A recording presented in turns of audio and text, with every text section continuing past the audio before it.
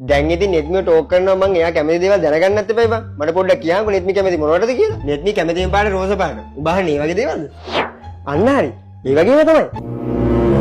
උඹ මරුවත් කන්නයි කියන මාමයිට් තමයි බං ඒකේ ආසම කෑම.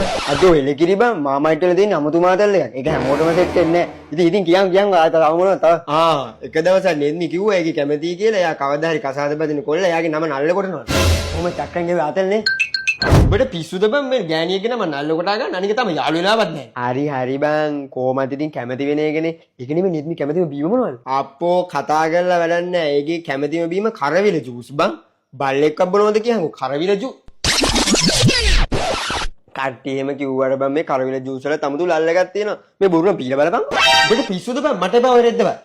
උඹලට ඉතින් වදිනවා කිව්වොත් හරක් චූ හරි බොයි. කොහෙද ඉතින් ගුණ දෙයක් බොන්නේ නැහනේ. ඔව් උඹලට තමයි කියන්නේ. අප්පට සිරි හරච්චෝ කියනකොට මතක් වුණේ නෙත්මි ආසම සතා තමයි බං හරකා. සුබෝද? සුබේද? මොකද කොගියේ? අඩෝ මම පල්ලෙහා ග්‍රවුන්ඩ් එකේ ඉන්නේ පොඩ්ඩක් වරෙන්කෝ මේ පැත්තට. මූ මොකටද මේ වෙලාවේ වත්ත පල්ලෙහාට ගියේ? අඩෝ මේ තනකොළ ටික නම් ටොප් බඩු බං. 12775ක් වෙලා ඔබට තේරුණාද ඔබ කළ පව් දුර දිග නොබලා